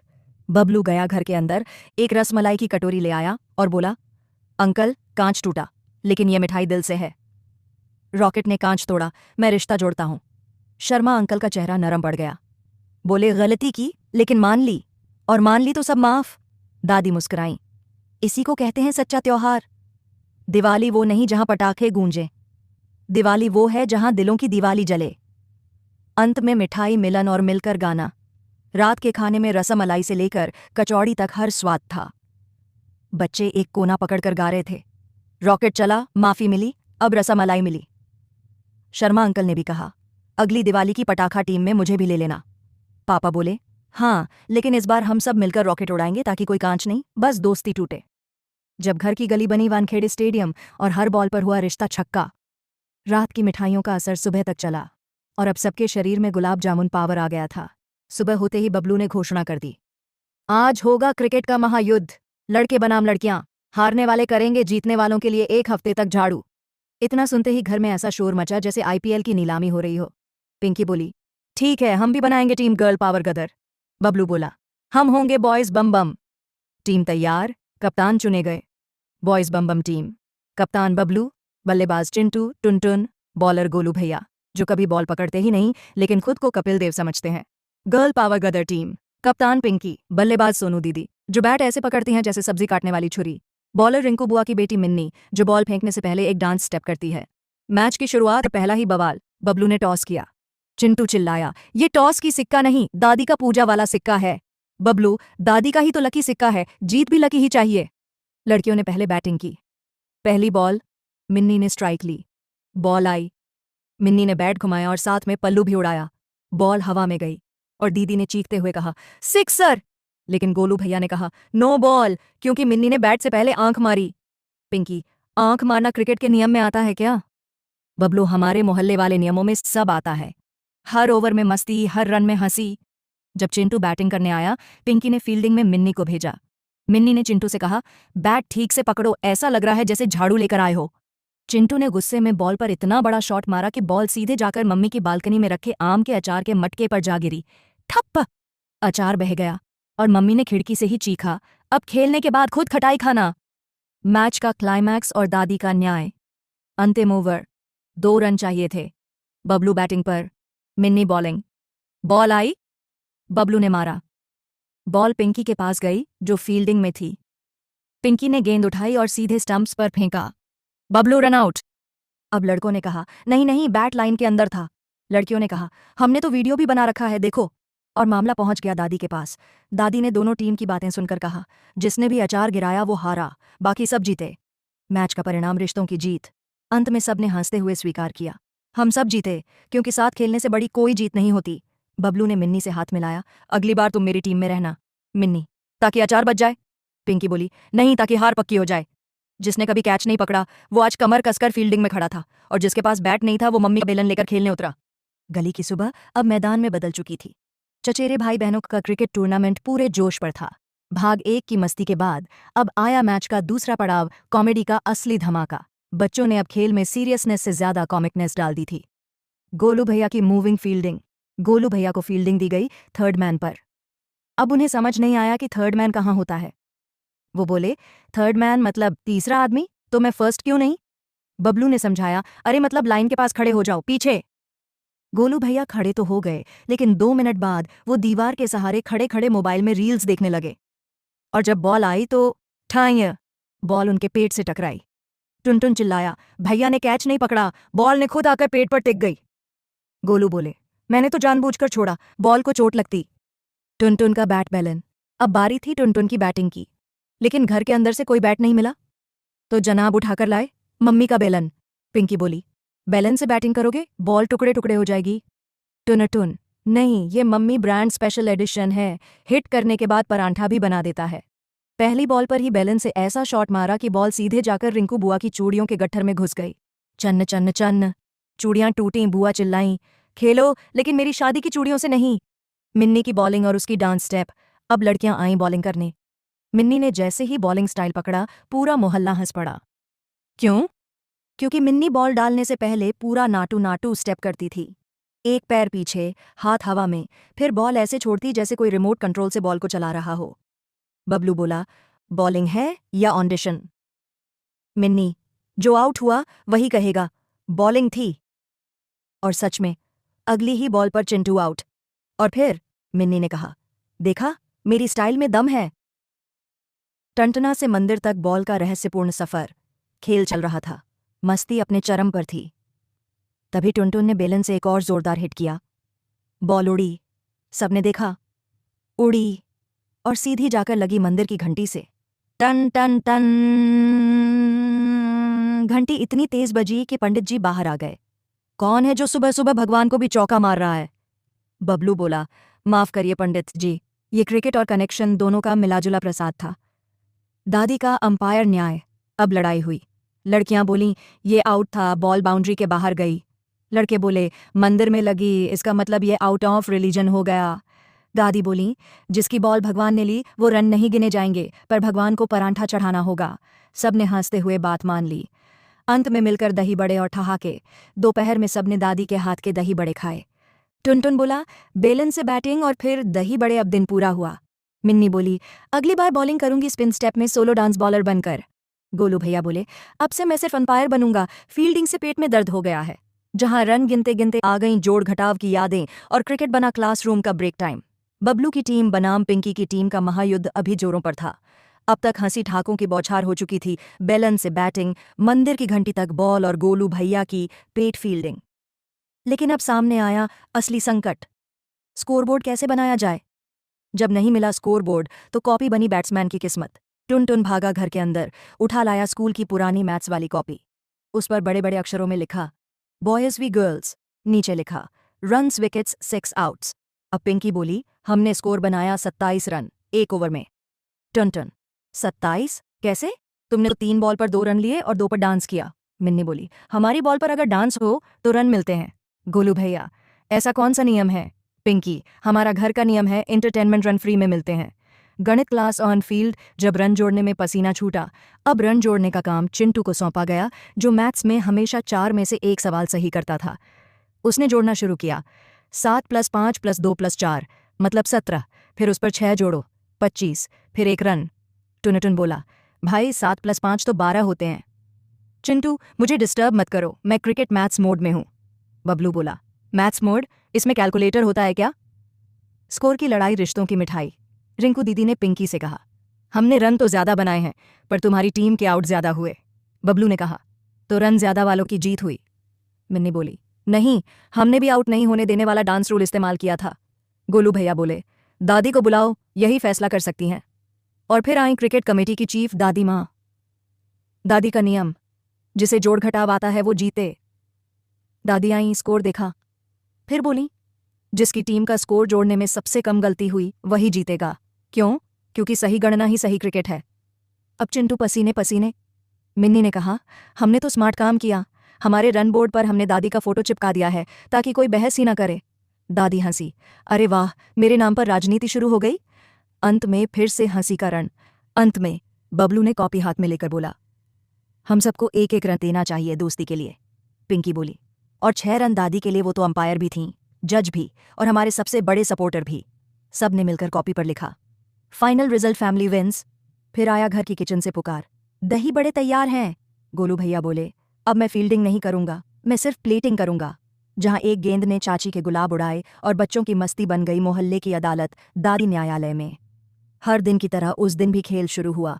स्कोरबोर्ड बन चुका था, बेलन को फिर से बैट बना लिया गया था और दही बड़े की गंध से बच्चों की भूख लग चुकी थी। लेकिन किसी को क्या पता था कि आज की बॉल सिर्फ बाउंड्री पार नहीं करेगी, सीधा मोहल्ले में बवाल ला देगी। शॉट जो बना फूल संकट की वजह। बबलू बैटिंग कर रहा था, गोलू भैया ने बॉलिंग की। टुनटुन स्लिप में खड़ा था और चिंटू ने रिकॉर्डिंग शुरू कर दी। वीडियो डालेंगे गली क्रिकेट वर्ल्ड कप में। गोलू भैया ने बॉल डाली, बबलू ने मारा जोरदार शॉट, बॉल उड़ी उड़ी और सीधे जाकर मोहल्ले की जानी मानी चाची विमला चाची के गुलाब के गमलों में जा गिरी। और न सिर्फ गिरी, बल्कि 2 गमले पलट गए। एक गुलाब का फूल टूट गया और एक तो पूरी मिट्टी समेत बाहर गिर गया। चाची की एंट्री, फूलों का गुस्सा। चाची खिड़की से चिल्लाईं, अरे ओ बबलू, तू क्रिकेट खेलता है या बमबारी करता है? बबलू चुप। टुनटुन बोला, चाची, बॉल तो फूल से प्यार करती थी, इसलिए मिलने चली गई। चाची नीचे आईं, गमलों को समेटते हुए बोलीं, हर बार मेरी बालकनी ही क्यों? पिछली बार बॉल से तुलसी का पौधा उखड़ गया था, अब गुलाब गया। पिंकी बोली, अब की बार गेंद से फूल टूटा है, पर प्यार से टूटा है चाची। चाची, अच्छा, तो अब गमलों की जगह तुम्हारा होमवर्क तोड़ दूं? बच्चों की फूल बचाओ मुहिम। बच्चे इकट्ठा हुए। मिन्नी ने कहा, हमें चाची से माफी मांगनी चाहिए। गोलू भैया बोले, मैं तो कहता हूं हम सब मिलकर नया गुलाब का पौधा लगाएं। रिंकू दीदी बोली, और क्यों ना दादी को बुलाया जाए, वो तो हर मामले की जज होती हैं। फूल पंचायत की शुरुआत। दादी आईं, दोनों पक्षों को बैठाया। चाची ने शिकायत दर्ज की, हर हफ्ते मेरी बालकनी को टारगेट बनाते हैं ये क्रिकेटर्स। बबलू बोला, दादी मैं मानता हूं गलती हो गई, पर हमारा इरादा फूल तोड़ने का नहीं था। दादी बोली, इस मामले में फूल पंचायत लगेगी। दोनों पक्ष अपने अपने गवाह लाएं। टुनटुन दौड़कर लाया चिंटू का वीडियो, जिसमें बॉल हवा में उड़ती दिख रही थी। दादी ने वीडियो देखा, फिर मुस्कुराकर कहा, बॉल ने फूल को हिट किया, ये तय है, लेकिन बच्चों का इरादा गलत नहीं था। फैसला, बच्चों का दंड और सिखावन। दादी का निर्णय, बच्चे हर रविवार चाची के गमलों में पानी डालेंगे और 2 नए गुलाब के पौधे लाकर लगाएंगे। पिंकी ने पूछा, और क्रिकेट? दादी, क्रिकेट जारी रहेगा, लेकिन नियमों के साथ। गोलू भैया बोले, अब से गेंद अगर फूलों में जाएगी तो वो ओन इट विद हार्ट कहलाएगा। सब हंस पड़े। चाची भी मुस्कुराई, अगर बच्चे इतने प्यारे हैं तो मेरे गमलों को कुछ भी नहीं, ये तो गुलाबों की टीम है। अंत में दही बड़े गुलाब जल। अंत में फिर सब एक साथ दादी के बनाए दही बड़े खाने बैठे। चाची ने सब बच्चों को गुलाब जल पिलाया और कहा, अब तुम सब मेरे फूल भी हो और शैतान भी। बबलू बोला, फूल से भी ज्यादा हम महकेंगे, सिर्फ खेल में नहीं, व्यवहार में भी। दादी मुस्कुराईं, और यही है हमारे घर की असली शिक्षा, मस्ती हो लेकिन मर्यादा के साथ। जहां रावण ने रैप किया, राम ने हंसी में बाण चलाया और दशहरा का नाटक बना मोहल्ले का सबसे मजेदार उत्सव। अब जैसे ही दशहरे का समय पास आने लगा, पूरे मोहल्ले में हलचल शुरू हो गई। दादी की योजना पर सबका मन लगा हुआ था। इस बार रामलीला हम खुद अपने आंगन में करेंगे, बच्चों के साथ। दादी बोली, नाटक में अभिनय से ज्यादा दिल लगाना जरूरी होता है। और हाँ, इस बार रावण कोई लड़का ही नहीं, कोई भी बन सकता है, चाहे लड़की हो या लड़का। शर्त ये कि डायलॉग में जान होनी चाहिए। नाटक की योजना और पात्रों की तकरार। अब शुरू हुआ सबसे बड़ा सवाल, कौन बनेगा राम और कौन रावण? बबलू बोला, मैं राम बनूंगा, मैं तीर भी चलाना जानता हूं। पिंकी बोली, राम सिर्फ तीर चलाना नहीं, धैर्य और विनम्रता भी दिखाते हैं। बबलू बोला, वो भी आ जाएगा रिहर्सल में। गोलू भैया बोले, मैं हनुमान बनूंगा, क्योंकि मेरे पास पहले से गदा है, वो जो टूटे क्रिकेट स्टंप से बनी है। अब बात आई रावण पर। दादी बोली, रावण कोई ऐसा बने जो डायलॉग बोलते वक्त सबका ध्यान खींच ले। सबकी नजर गई टुनटुन की ओर। टुनटुन, जो हर सुबह बाथरूम में शेर बनकर हूं हा करता था, लेकिन बाहर आते ही चुपचाप दूध पीता था। पिंकी बोली, रावण बनने का मौका है टुनटुन, तू ही कर सकता है वो डायलॉग, मूर्ख राम। टुनटुन बोला, डायलॉग तो बोल लूंगा, लेकिन एक शर्त पर, मुझे रैप करने देना पड़ेगा। दादी की सहमति और रावण रैपर की तैयारी। सब हंस पड़े, लेकिन दादी ने सिर हिलाया। ठीक है टुनटुन, तेरे रावण को आधुनिक बनाने की छूट है, पर भाव वही रहने चाहिए, गर्व, घमंड और ज्ञान। टुनटुन बोला, तैयार रहो, फिर रावण द रैपर आ रहा है। अगले ही दिन टुनटुन गली में घूमा, रावण की तरह बोलते हुए, मैं हूं रावण, 10 सिर वाला, ज्ञान का समंदर, ना कोई हल्का फुल्का पाला। चिंटू ने वीडियो बना लिया और उसे देसी रावण रैपर नाम से यूट्यूब पर अपलोड कर दिया। एक ही दिन में 40 व्यूज। रिहर्सल, जहां सीताजी बन गई सुपर हीरोइन, अब सीता बनी मिन्नी और लक्ष्मण बने टुनटुन का छोटा भाई चिंटू, जो हर डायलॉग के बाद कहता, मैं नाराज हूं राम जी। राम, बबलू बोले, सीता जी हमें वन में जाना होगा। सीता, मिन्नी बोली, पर पहले मुझे मेरी चप्पल, पानी की बोतल और चॉकलेट्स चाहिए। हनुमान, गोलू ने कहा, वन यात्रा नहीं, पिकनिक लग रही है ये तो। सब हंस पड़े। नाटक का दिन और दर्शकों की भीड़। अब दशहरे का दिन आया। मोहल्ले में सबने चटाई बिछा ली, लाइट्स लगाई गईं और एक छोटी सी रामलीला स्टेज बनाई गई। दादी ने उद्घाटन किया, बोली, ये नाटक है, पर इसके पीछे हमारी संस्कृति है। बच्चे अगर मंच से कुछ सीखें तो यही असली विजयदशमी है। शुरुआत हुई। राम सीता वनवास पर गए। रावण का स्वैग एंट्री। टुनटुन स्टेज पर आया, ब्लूटूथ स्पीकर कमर पर लटकाए और माइक पकड़ा। टुनटुन का रैप, रावण बोले बिंदास, मैं रावण, वो नाम जो जानता है वेदों का काम। 10 सिर हैं मेरे पास, पर दिल में भी है कुछ खास।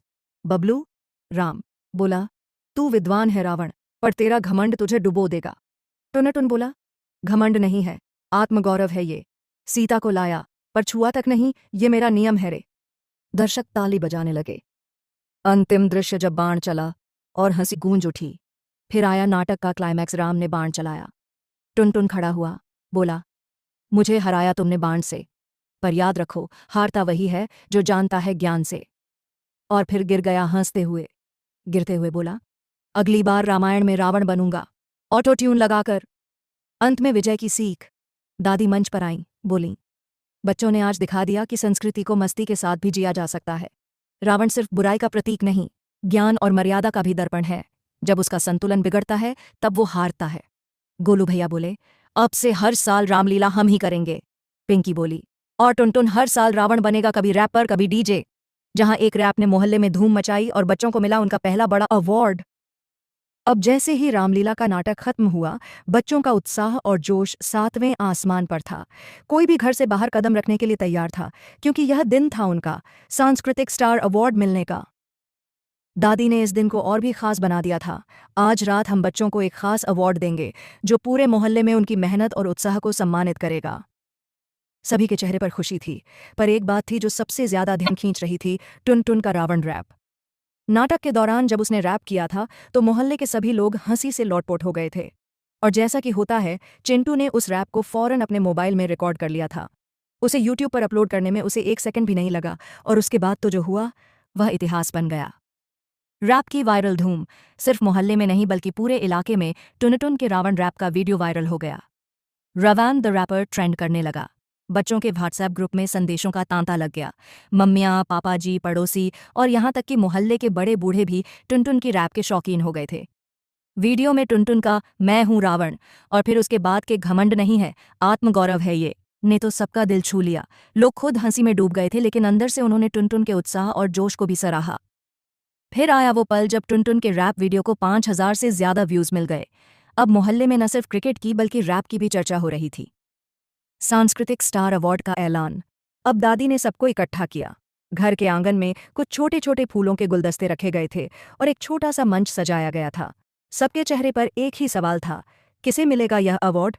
दादी ने सबको एकत्रित किया और बोलीं, आज हमने सिर्फ नाटक नहीं किया, बल्कि बच्चों ने हमारी संस्कृति को, हमारी परंपराओं को नए अंदाज में प्रस्तुत किया। इसलिए इस बार हम बच्चों को अवार्ड देंगे, क्योंकि उन्होंने हमें दिखाया कि कैसे हंसी, मस्ती और सिखावन साथ में हो सकती है। सबके सब उत्सुकता से सुन रहे थे। फिर दादी ने एक एक करके बच्चों का नाम लिया। गोलू, तुमने हनुमान का रोल बखूबी निभाया, ढेर सारी तालियां।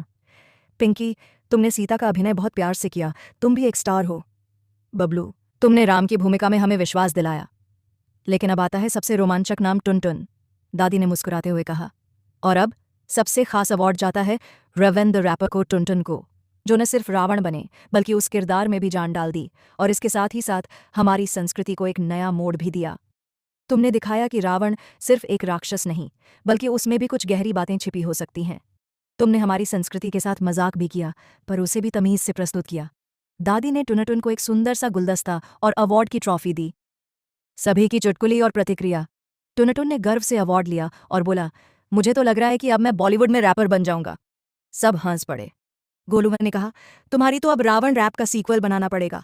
पिंकी बोली, अब हमें हर साल रावण द रैपर से उम्मीद होगी। सब बच्चे टुनटुन के चारों ओर घेर कर उसकी हंसी में शामिल हो गए।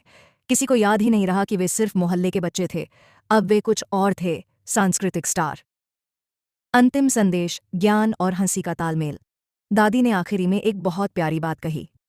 हमारे बच्चों ने आज हमें यह सिखाया है कि संस्कृति को सिर्फ गंभीरता से ही नहीं, हंसी, मजाक और मनोरंजन से भी प्रस्तुत किया जा सकता है। अगर हंसी के साथ सीखने की प्रक्रिया हो तो वह कहीं ज्यादा असरदार होती है। ये अवार्ड सिर्फ बच्चों का नहीं है, ये है हमारी संस्कृति और हमारी संतान की सामूहिक जीत। आखिरी बात, एक जोड़ी हंसी और नकल। रात होते ही सभी ने फिर से मिलकर दही बड़े खाए और टुनटुन का रैप गाने की धमाल मचाई। टुनटुन ने माइक लिया और कहा, आइए सुनते हैं रावण का नया रैप। और फिर शुरू हो गया। 10 सिर वाले रावण को सब करे रिस्पेक्ट, लेकिन सबको ला जाए ये भैया के एक्ट।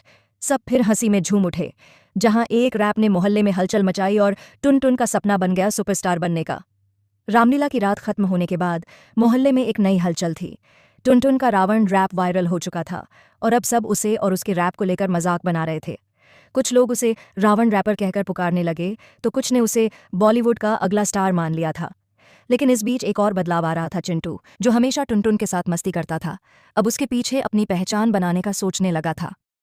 चिंटू की नई योजना, रैप की दुनिया में कदम रखने का सपना। चिंटू, जो हमेशा अपनी छोटी सी टकली पर मजाक बनवाता था, अब रैप की दुनिया में भी कुछ कर दिखाने का सपना देखने लगा। उसने ठान लिया था कि अब वह भी टुनटुन की तरह सुपरस्टार बनेगा, लेकिन इसके लिए उसे एक नया रैप लिखना था जो पूरे मोहल्ले में गूंजे। एक दिन चिंटू ने टुनटुन से कहा, भैया मुझे भी अब रैप करना है। टुनटुन हंसते हुए बोला, अरे तू तो अभी भी हांडी में उबाल की तरह लग रहा है, रैप क्या करेगा? चिंटू ने जवाब दिया, नहीं भैया मैं अलग करूंगा, कुछ धमाल करूंगा। टुनटुन बोला, चल ठीक है तो रैप बनाकर दिखा, अगर कुछ अच्छा हुआ तो मैं तेरे साथ परफॉर्म भी करूंगा। चिंटू को यह सुनकर और भी जोश आ गया। उसने अपने कमरे में एक कोने में बैठकर रैप लिखना शुरू किया। दिन रात उसकी मेहनत जारी रही। वह पंक्तियां लिखता, फिर गाता और अपनी धुन पर काम करता। कई बार तो उसे अपनी मम्मी से भी शाबाशी मिली कि वह घर का काम करते हुए भी रैप लिख रहा है। रैप का टेलर मेड ट्विस्ट। एक दिन चिंटू ने अपना पहला रैप टुनटुन को सुनाया। रैप के शब्द कुछ इस तरह थे, नकल की दुनिया में मैं हूं सच्चा, जो भी मैंने किया सब है बेशका, कभी झूले पे खेला, कभी दौड़ा शेर, अब देखो मेरी रैप, जैसा हो नया ट्रेंड। टुनटुन ने कान पर हाथ रखा और बोला, क्या यार, तू तो किसी और दुनिया से आया है, लेकिन मुझे तो तुम में कुछ खास दिख रहा है। चिंटू खुशी से चिल्लाया, यही तो मेरा सपना है, अब मोहल्ले में गूंजेगा चिंटू द रैपर। रैप की पहली परफॉर्मेंस और धमाल। दूसरे दिन मोहल्ले के मैदान में एक नया फेस्टिवल हुआ था। इसका नाम था मोहल्ला मस्ती महोत्सव। यह हर साल होता था, लेकिन इस बार बच्चों ने कुछ अलग सोच रखा था। टुनटुन और चिंटू को स्टेज पर परफॉर्म करना था। अब यह रैप की महफिल होने वाली थी। चिंटू ने पहले टुनटुन को कहा, मैं तुझे रैप दिखाता हूं, तू देखेगा। टुनटुन ने कहा, रियल स्टाइल, तू अब अपनी रैप के साथ मुझे सरप्राइज कर देगा। दूसरे दिन स्टेज पर दो रैपर्स खड़े थे, टुनटुन और चिंटू। लाइट्स चमकने लगीं, माइक हाथ में आया और फिर शो शुरू हुआ। चिंटू ने अपना रैप गाना शुरू किया। देखो सुनो, मैं हूं चिंटू, सच्चा रैपर। मेरे पास है जोश, मेरे पास है बैट। जो मैंने सोचा वो कर दिखाया। अब तुम सबको जान पड़ा कि किसने सबको मात खाया। दर्शकों ने तालियां बजाई और मोहल्ले के बच्चे खुश हो गए।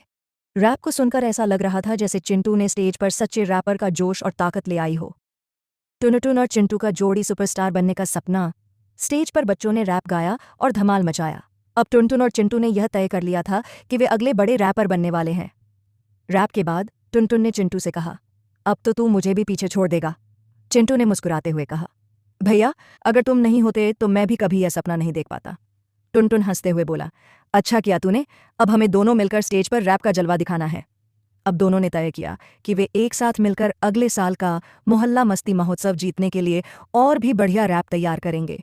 और इस बार वे सिर्फ एक रैपर के तौर पर नहीं, बल्कि एक जोड़ी बनकर पूरे मोहल्ले को हैरान करेंगे। सुपरस्टार बनने का सपना। रैप की परफॉर्मेंस के बाद सब मोहल्ले के लोग कहने लगे, ये लड़के तो आगे चलकर बड़े रैपर बनेंगे। लेकिन टुनटुन और चिंटू का सपना कुछ और था। चिंटू बोला, भैया एक दिन हम दोनों एमटीवी इंडिया में रैप करेंगे। टुनटुन बोला, सपने तो बड़े होते हैं और हमें तो रैप की दुनिया में अपना नाम बनाना है, पर शुरुआत तो यहीं से होगी। आखिरकार दोनों ने तय किया कि वे इस छोटे से मोहल्ले में रैप का एक नया नाम बनाकर सभी को दिखा देंगे कि जोश और मेहनत से कोई भी सपना पूरा हो सकता है। जहां टुनटुन और चिंटू के रैप का सपना सच हो जाता है और वे बड़े मंच पर पहुंचते हैं। रामलीला के बाद मोहल्ले में जो उत्साह था वह अब एक नए मोड़ पर था। टुनटुन और चिंटू दोनों का रैप अब किसी भी रफ्तार से कम नहीं था। एक छोटे से मोहल्ले के बच्चे जिनकी शरारतें और हंसी मजाक मोहल्ले की पहचान बन चुके थे, अब रैप के जगत में कदम रखने जा रहे थे। उनके सपने बड़े थे और समय आ चुका था अपने सपनों को असलियत में बदलने का। सपना सच होने की शुरुआत। एक दिन टुनटुन और चिंटू घर के आंगन में बैठे थे। दोनों के चेहरे पर जोश था और हंसी मजाक भी। गोलू और पिंकी भी उनके साथ थे, लेकिन आज वे सिर्फ मजाक नहीं कर रहे थे, वे भी कुछ खास सोच रहे थे। पिंकी ने कहा, क्या तुम दोनों सोच रहे हो कि रैप सिर्फ हमारे मोहल्ले तक ही रहे? टुनटुन ने मुस्कुराते हुए कहा, नहीं, हम तो पूरी दुनिया को दिखाना चाहते हैं कि हम क्या कर सकते हैं। चिंटू बोला, यही सही है, अब हमें रैप का एक बड़ा शो करना है और उसके बाद तो पता नहीं, कहीं हम मुंबई या दिल्ली भी पहुंच जाएं। इस पर गोलू ने कहा, क्या तुम दोनों को यकीन है कि तुम इतना बड़ा काम कर पाओगे? टुनटुन और चिंटू दोनों ने एक साथ कहा, बिल्कुल, अब हमारा समय आ गया है। और फिर हुआ कुछ ऐसा जिसकी उम्मीद उन्हें खुद भी नहीं थी। शहर का बड़ा रैप कंपटीशन, टुनटुन और चिंटू का मौका। एक दिन मोहल्ले के एक पुराने दोस्त सोनू भाई, जो किसी रैप कलेक्शन शो में हिस्सा ले चुके थे, ने उन्हें बताया, अरे तुम दोनों रैप करते हो ना, सुनो, शहर में एक बड़ा रैप कंपटीशन होने वाला है। अगर तुम दोनों भाग लो तो शायद तुम्हारा सपना सच हो सकता है। चिंटू और टुनटुन की आंखें चमक उठीं। वे तुरंत सोनू भाई से सभी जानकारी लेकर तैयार हो गए। अब उनके पास एक मौका था, शहर के सबसे बड़े रैप कॉम्पिटिशन में हिस्सा लेने का।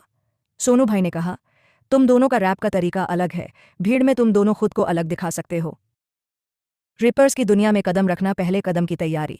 अब टुनटुन और चिंटू पूरी तरह से रैप कॉम्पिटिशन की तैयारी में लग गए। उन्होंने दिन रात मेहनत करना शुरू किया। जहां एक तरफ टुनटुन रैप की लय और शब्दों पर ध्यान दे रहा था, वहीं चिंटू अपनी छोटी सी नकल और मिमिक्री से रैप को और भी मजेदार बना रहा था। एक दिन चिंटू ने कहा, भैया, हम अगर सही तरीके से परफॉर्म करते हैं तो जीत सकते हैं। टुनटुन ने उसे जवाब दिया, सिर्फ परफॉर्मेंस नहीं, दिल से गाना चाहिए। जब तुम दिल से गाते हो तो तुम अपनी आवाज से लोगों का दिल जीत सकते हो। अब हर दिन उनका अभ्यास बढ़ता जा रहा था। वे रैप की धुन पर स्टेज पर खड़े होकर रिहर्सल करते और शाबाशी लेते। बच्चों ने भी उनका पूरा साथ दिया और उन्हें उत्साहित किया। गोलू और पिंकी भी रैप के बोल याद करने लगे। कुछ दिनों में मोहल्ले के सभी बच्चे रैप की लय और शब्दों से परिचित हो गए थे। दुनिया से परे जाने का समय, रैप कॉम्पिटिशन का दिन। आखिरकार वह दिन आ ही गया।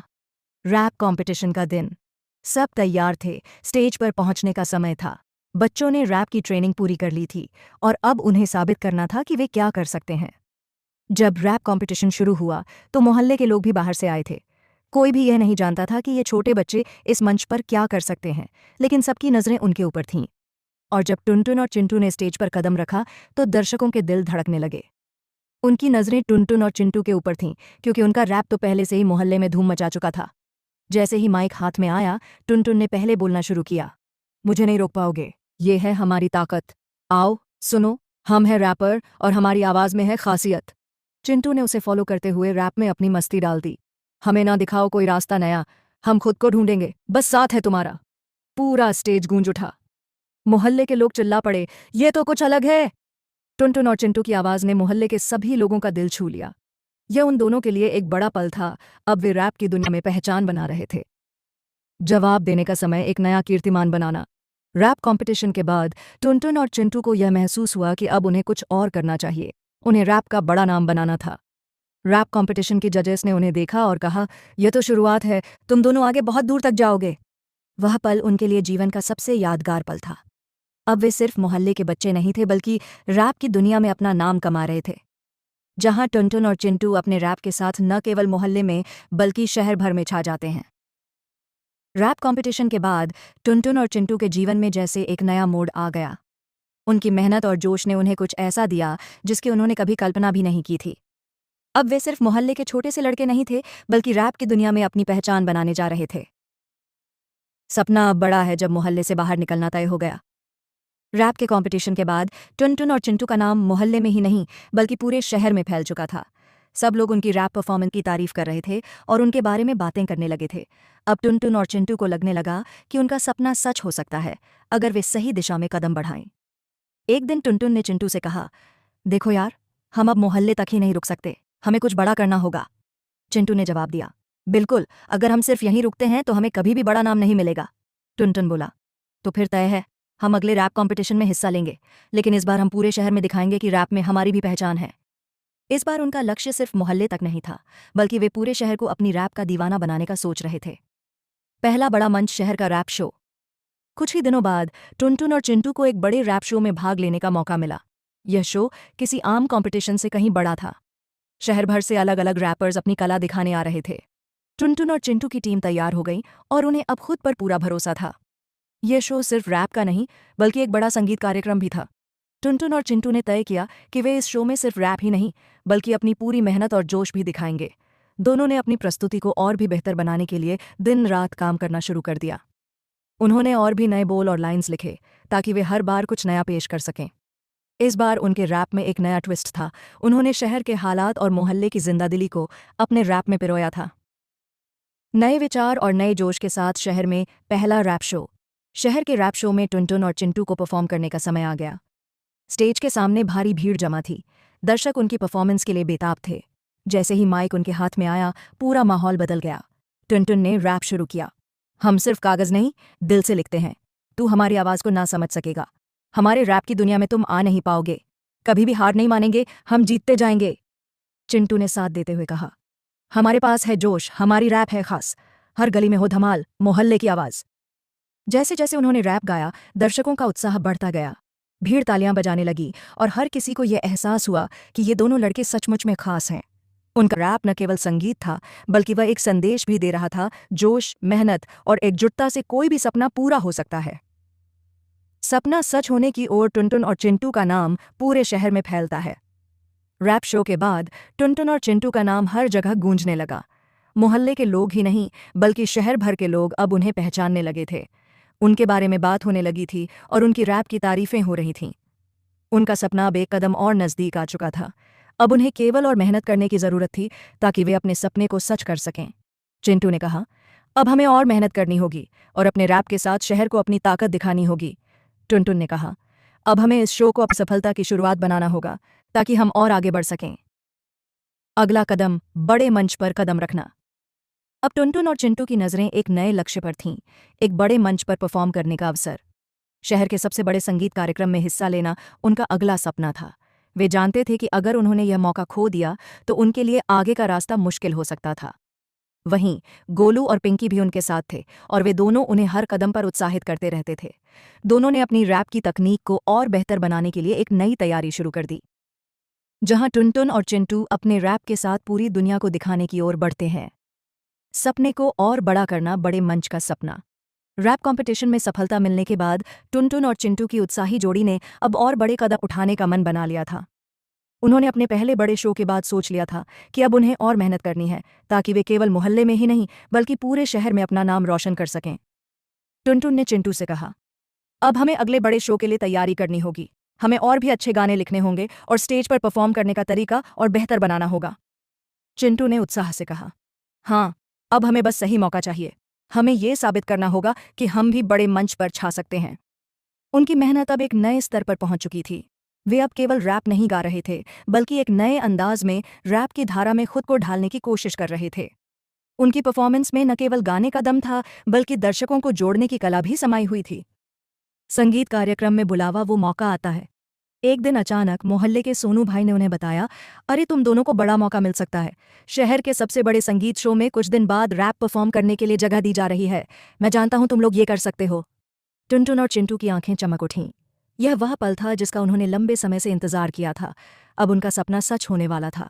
वे दोनों तुरंत तैयार हो गए और सोनू भाई से सारी जानकारी लेकर तैयारी में जुट गए।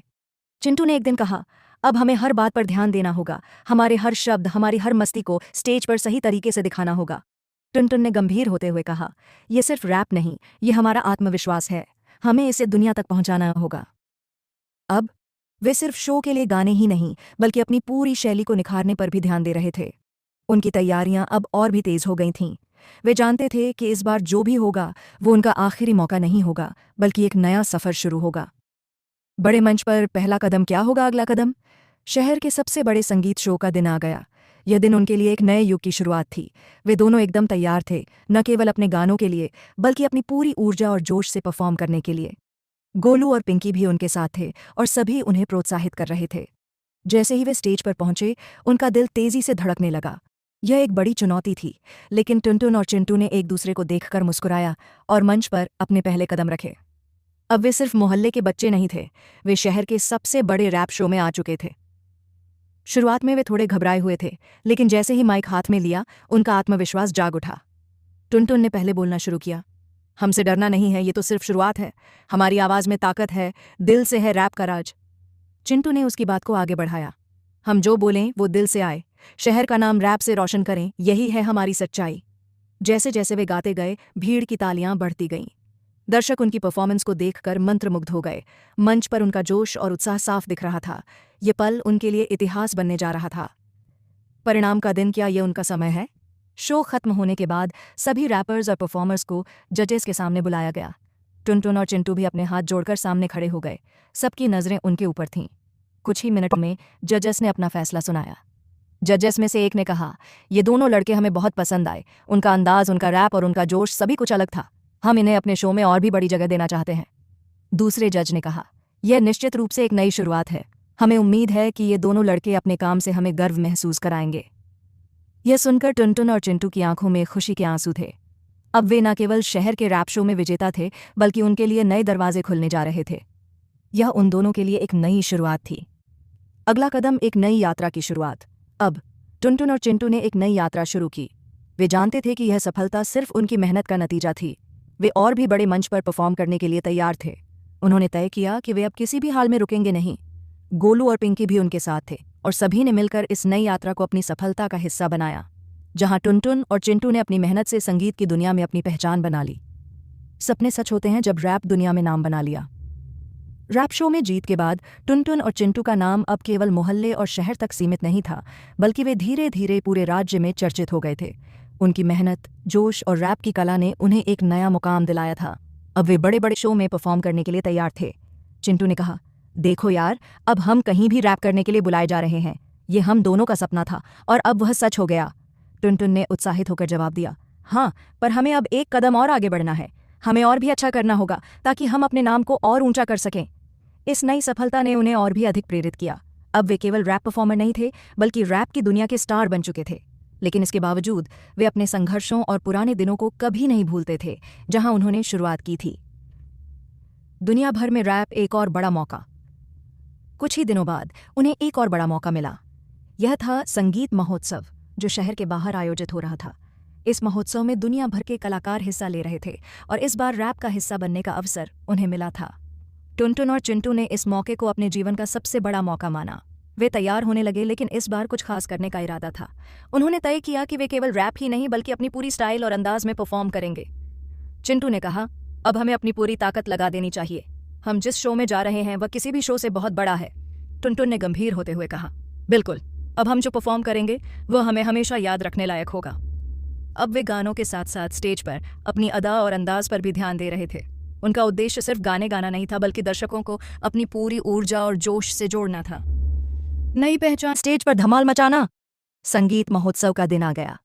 टुनटुन और चिंटू दोनों अपने शो के लिए तैयार थे। मंच पर आते ही दोनों ने एक बार फिर से वही जोश और जज्बा दिखाया जो उनके रैप की पहचान बन चुका था। रैप के शब्द और हर एक धुन ने दर्शकों को झूमने पर मजबूर कर दिया। टुनटुन ने अपनी शेर जैसी आवाज में रैप गाया, हम जो बोलते हैं वह दिल से आता है। रैप में सिर्फ हमारे ही हाथों का जादू चलता है। न कभी थमे, न कभी रुके, हम चलते रहेंगे। हमारी आवाज अब सबसे ऊंची गूंजेगी, हर दिल में बसेगी। चिंटू ने साथ देते हुए रैप किया, हमारी धड़कन और जोश में है ताकत। हमारा रैप किसी तूफान से कम नहीं है। रास्ता साफ है, हम अपना सपना पूरा करेंगे। हमसे बड़ा अब कोई नहीं होगा। जैसे जैसे वे गाते गए, दर्शकों के दिल में एक नई उमंग जाग गई। मंच पर टुनटुन और चिंटू का जोश ऐसा था कि जैसे पूरा माहौल ही बदल गया था। उनके रैप का असर दर्शकों पर कुछ ऐसा हुआ कि उन्हें अपनी पूरी लाइफ की यादें ताज़ा हो आईं। यह सिर्फ रैप नहीं, बल्कि एक कहानी थी जो हर दिल से जुड़ रही थी। सफलता की नई सीढ़ियां आगे बढ़ते हुए संगीत महोत्सव में उनकी परफॉर्मेंस के बाद एक और बड़ा बदलाव आया। टुनटुन और चिंटू का नाम अब और भी दूर दूर तक फैल गया। उनकी पहचान केवल मोहल्ले या शहर तक सीमित नहीं रही, बल्कि अब वे राज्य भर में चर्चित हो चुके थे। चिंटू ने कहा, अब हम केवल स्टार नहीं रहे, हम पूरी दुनिया के सामने अपनी पहचान बना रहे हैं। टुनटुन ने हल्का सा मुस्कुराते हुए कहा, हाँ, लेकिन हमें अब और मेहनत करनी होगी। अगर हम रुक गए तो सब कुछ खत्म हो सकता है। अब वे संगीत महोत्सव के बाद हर एक नए मौके का फायदा उठाने के लिए तैयार थे। उनके पास अब एक रिकॉर्ड लेबल के साथ एक कॉन्ट्रैक्ट भी था और वे अपने पहले एल्बम की तैयारियां करने लगे थे। यह उनके करियर की नई शुरुआत थी। यादें और संघर्ष, यह सफ़र अभी भी जारी है। रैप की दुनिया में टुनटुन और चिंटू का नाम अब जगमगा रहा था, लेकिन वे अपने संघर्ष को कभी नहीं भूलते थे। उनके लिए यह सिर्फ सफलता का परिणाम नहीं था, बल्कि यह उन कठिन दिनों का फल था जब वे छोटे मोटे शो में अपनी आवाज़ को पहचान दिलाने के लिए संघर्ष कर रहे थे। गोलू और पिंकी भी उनके साथ थे और हर कदम पर उनका समर्थन कर रहे थे। वे जानते थे कि अगर अब इन दोनों ने अपने रास्ते पर ठान लिया तो कोई भी ताकत उन्हें रोक नहीं सकती। टुनटुन और चिंटू जानते थे कि संगीत की दुनिया में खुद को साबित करना एक लंबा रास्ता है और उन्हें इस रास्ते पर हर दिन नई चुनौतियों का सामना करना पड़ेगा। लेकिन इस समय वे पूरी तरह से तैयार थे और उनका सपना सच होने की दिशा में हर कदम और मजबूत हो चुका था। जहां टुनटुन और चिंटू अपनी पहचान को नई ऊंचाइयों पर ले जाते हैं। नए अध्याय की शुरुआत, रिकॉर्ड लेबल से पहला एल्बम। टुनटुन और चिंटू की मेहनत अब रंग लाने लगी थी। उनका नाम न केवल मोहल्ले, शहर और राज्य में प्रसिद्ध हो गया था, बल्कि अब उनकी पहचान देश भर में फैलने लगी थी। संगीत महोत्सव में मिली सफलता के बाद उन्हें एक प्रसिद्ध रिकॉर्ड लेबल से अपना पहला एल्बम रिलीज करने का प्रस्ताव मिला। ये उनके लिए एक सपना सच होने जैसा था। ये न केवल उनकी मेहनत का फल था, बल्कि ये उनके आने वाले करियर का नया अध्याय भी था। टुनटुन ने चिंटू से कहा, हमारा पहला एल्बम, ये हमारी पूरी यात्रा का नतीजा है। चिंटू ने भी उत्साहित होते हुए कहा, अब हम जो चाहते थे वह हमें मिल गया। अब हमें इसे पूरी दुनिया तक पहुंचाना होगा। अब वे अपने पहले एल्बम के लिए गाने लिखने और संगीत तैयार करने में व्यस्त हो गए। यह उनके जीवन का सबसे अहम मोड़ था और वे इसे पूरे जोश और मेहनत से पूरा करना चाहते थे। उनका उद्देश्य अब केवल अपनी आवाज़ को और भी दूर तक पहुंचाना था। रचनात्मकता का पंख, नया संगीत, नए गाने। टुनटुन और चिंटू ने अपने एल्बम के लिए कुछ नए और अलग तरह के गाने लिखने शुरू कर दिए थे। वे जान गए थे कि यदि उन्हें इस सफलता को कायम रखना है तो उन्हें रचनात्मकता और नएपन पर ध्यान देना होगा। उनके गाने केवल रैप तक सीमित नहीं थे, बल्कि उन्होंने उन गानों में अपनी जिंदगी की चुनौतियां, संघर्ष और सपनों को भी समाहित किया। चिंटू ने एक दिन कहा, अब हमें अपने गानों में अपनी पूरी जिंदगी की कहानी बतानी होगी, वो कहानी जो हमें प्रेरित करती है और जिसे लोग महसूस कर सकें। टुनटुन ने सहमति जताते हुए कहा, हाँ, हम अपने गानों में सिर्फ रैप नहीं, बल्कि अपने एहसास और अपनी सच्चाई भी डालेंगे। इसके बाद उन्होंने कुछ गाने लिखे जो केवल रैप नहीं थे, बल्कि उनमें भावनाओं, संघर्षों और सपनों का मिश्रण था। एक गाने का नाम था रास्ते पर, जिसमें उन्होंने अपने संघर्ष के दिनों की बातें, उम्मीद और संघर्ष की शक्ति को बताया। उन्होंने लिखा, रास्ते पर हम चलते गए, हर कदम पर अपनी किस्मत लिखते गए, जितना गिरते गए उतना उठते गए, और यहीं से हमारा सफ़र बढ़ते गए। गाने में उन्होंने न केवल अपनी कठिनाइयों का वर्णन किया, बल्कि यह भी बताया कि कैसे उन्होंने अपने रास्ते पर अपने सपनों को साकार किया। यह गाना उनके जीवन की सच्चाई का प्रतीक बन गया। पहला एल्बम, हिट या मिस। एल्बम रिलीज होने के बाद एक तरफ टुनटुन और चिंटू के दिलों में उत्साह था, वहीं दूसरी तरफ उन्हें यह डर भी था कि क्या यह एल्बम दर्शकों को पसंद आएगा। उनका मन कई सवालों से घिरा हुआ था। क्या वे अपनी पहचान को कायम रख पाएंगे? क्या उनका संगीत लोगों के दिलों तक पहुंचेगा? लेकिन जैसे ही उनका पहला गाना रास्ते पर रेडियो और म्यूजिक चैनल्स पर बजने लगा, लोग उनकी आवाज़ को पहचानने लगे। इस गाने ने न केवल दर्शकों का दिल जीता, बल्कि इसने उन्हें और भी बड़े मंचों पर पहुंचने का रास्ता खोला। कुछ ही दिनों में टुनटुन और चिंटू का एल्बम हिट हो गया। उनके गाने हर जगह बज रहे थे और वे अब रैप की दुनिया के एक बड़े नाम बन चुके थे। चिंटू ने खुशी से कहा, हमने यह कर दिखाया, अब हम जहां भी जाएंगे लोग हमें पहचानेंगे। टुनटुन ने मुस्कुराते हुए जवाब दिया, लेकिन हमें अब रुकना नहीं है, ये सिर्फ शुरुआत है। संगीत की दुनिया में नया मुकाम, पहला बड़ा कॉन्सर्ट। अब जब टुनटुन और चिंटू का नाम और पहचान बढ़ चुकी थी, तो उन्हें अपने पहले बड़े कॉन्सर्ट का भी न्योता मिला। यह कॉन्सर्ट उनके लिए एक और बड़ी चुनौती थी, लेकिन वे तैयार थे। वे जानते थे कि इस कॉन्सर्ट में केवल अपनी आवाज़ नहीं, बल्कि अपनी पूरी ऊर्जा और जोश को दर्शकों तक पहुंचाना होगा। कॉन्सर्ट के दिन उनके पास अब पहले जैसे चिंता और घबराहट नहीं थी। वे मंच पर आत्मविश्वास के साथ पहुंचे और जैसे ही माइक हाथ में लिया, उन्होंने अपनी पहली धुन बजानी शुरू की। टुनटुन ने कहा, आइए हम आपको दिखाते हैं कि रैप क्या है। चिंटू ने जोड़ते हुए कहा, रैप सिर्फ शब्दों की कला नहीं, यह हमारी जिंदगी का हिस्सा है। इस पर दर्शकों ने जोरदार तालियां बजाई। टुनटुन और चिंटू ने अपनी पूरी ताकत लगाकर परफॉर्म किया और कॉन्सर्ट को एक शानदार सफलता बना दिया। यह उनकी जिंदगी का सबसे महत्वपूर्ण पल था और अब वे संगीत की दुनिया में एक नई ऊंचाई पर पहुंच चुके थे। वापसी की जड़ें, पुराने दिनों को न भूलना। संगीत की दुनिया में उनकी सफलता के बाद भी टुनटुन और चिंटू कभी भी अपने पुराने दिनों को नहीं भूले। वे जानते थे कि अगर वे आज इस मुकाम पर हैं तो वह केवल अपनी मेहनत और संघर्ष की वजह से हैं। गोलू और पिंकी भी उनके साथ थे और वे हमेशा उन्हें याद दिलाते थे कि सफलता की ऊंचाइयां उन्हीं को मिलती हैं जो अपनी जड़ों को कभी नहीं भूलते। टुनटुन ने कहा, हमने जो भी हासिल किया है वह अपनी मेहनत और कड़ी संघर्ष से किया है। हमें कभी नहीं भूलना चाहिए कि यह हमारी कहानी है। चिंटू ने सहमति जताते हुए कहा, और जब तक हम अपने पुराने दिनों को नहीं भूलेंगे, तब तक हम कभी हार नहीं सकते। जहां टुनटुन और चिंटू अपने संघर्षों और सफलता के रास्ते पर अपनी पहचान पूरी दुनिया में छोड़ते हैं। नई चुनौतियां, एक नया मोड़। टुनटुन और चिंटू का नाम अब रैप की दुनिया में सबसे बड़े नामों में शामिल हो चुका था। उनका पहला एल्बम सुपरहिट हुआ और अब वे देश भर में संगीत महोत्सवों, कॉन्सर्ट्स और शो के लिए बुलाए जा रहे थे। लेकिन जैसा कि हर सफलता के साथ एक नई चुनौती आती है, वैसे ही उन्हें भी अब एक और बड़ी मुश्किल का सामना करना पड़ा। रैप की दुनिया में उनके लगातार बढ़ते हुए नाम ने उन्हें एक नई जिम्मेदारी दी थी। हर एक शो में उनकी परफॉर्मेंस को पहले से ज़्यादा शानदार बनाना ज़रूरी था। दर्शकों की उम्मीदें अब काफ़ी बढ़ चुकी थीं। टुनटुन ने चिंटू से कहा, अब हमें सिर्फ गाने नहीं, बल्कि उन गानों में अपनी कहानी और अपनी जज्बात भी डालने होंगे। चिंटू ने थोड़ी घबराहट के साथ कहा, यह सही है, लेकिन क्या हम हर बार खुद को साबित कर पाएंगे? अब उन्हें यह समझ में आ चुका था कि केवल परफॉर्मेंस से ही नहीं, बल्कि अपनी सोच और रचनात्मकता से भी उन्हें नए रास्ते बनानी होगी। उन्हें पता था कि यह केवल सफलता का फल नहीं था, बल्कि एक लंबी मेहनत और निरंतर संघर्ष की कहानी थी। अंतिम संगीत महोत्सव और भी ऊंचाइयां। इसी बीच उन्हें एक बड़े संगीत महोत्सव में परफॉर्म करने का अवसर मिला, जो दुनिया भर के कलाकारों का मंच था। यह मौका उनके लिए किसी बड़े सपने के जैसा था। यह महोत्सव न केवल उनके करियर के लिए, बल्कि उनके पूरे संगीत सफर के लिए एक निर्णायक पल साबित हो सकता था। चिंटू और टुनटुन इस शो के लिए पूरी तैयारी में जुट गए। उन्होंने पुराने गानों में कुछ नए ट्विस्ट और अद्भुत बदलाव किए थे, ताकि दर्शकों को एक नया अनुभव मिले। महामंच पर आते ही टुनटुन और चिंटू ने अपने पहले गाने से ही माहौल में एक ऊर्जा भर दी। उनका आत्मविश्वास और जोश ऐसा था कि हर कोई मंत्रमुग्ध हो गया। जैसे ही उन्होंने गाना शुरू किया, लोग तालियों से उनका स्वागत करने लगे। टुनटुन ने कहा, आज हम आपको वही दिखाएंगे जो हमें यकीन है, रैप सिर्फ कला नहीं, ये हमारी आत्मा है। चिंटू ने भी पूरी ताकत से कहा, हर गाने के साथ हम अपना दिल दे रहे हैं और इस महोत्सव को हमारी पहचान बना देंगे। संगीत की दुनिया में उनका आखिरी कदम, खुद को परिभाषित करना। समय के साथ टुनटुन और चिंटू का नाम सिर्फ एक रैप जोड़ी के रूप में नहीं था, बल्कि वे अब संगीत की दुनिया के एक बड़े नाम बन चुके थे। उनका एल्बम, उनका शो, उनकी परफॉर्मेंस, सब कुछ अब उनकी पहचान बन चुका था। अब वे जानते थे कि उनका रास्ता सिर्फ संगीत से नहीं, बल्कि एक नए सफर से होकर जाता है। दोनों ने अपनी सफलता को एक अलग दिशा में सोचने और एक अलग रास्ता तय करने की योजना बनाई। चिंटू ने कहा, हमने ये सब किया, लेकिन अब हमें और ज्यादा करना है। हमें और भी गाने लिखने होंगे, ताकि हम और ऊंचाइयों तक पहुंच सकें।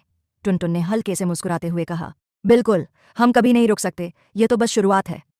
उनकी सोच और दृष्टिकोण अब पूरी तरह से बदल चुका था। वे केवल अपने संगीत से नहीं, बल्कि अपनी सोच, अपनी रचनात्मकता और अपने जीवन के संघर्षों से दुनिया को प्रभावित करना चाहते थे। वे संगीत को एक नए रूप में परिभाषित करना चाहते थे। आखिरकार उनका सपना पूरा हुआ, एक नया अध्याय। संगीत महोत्सव के बाद टुनटुन और चिंटू का नाम अब दुनिया भर में फैल चुका था।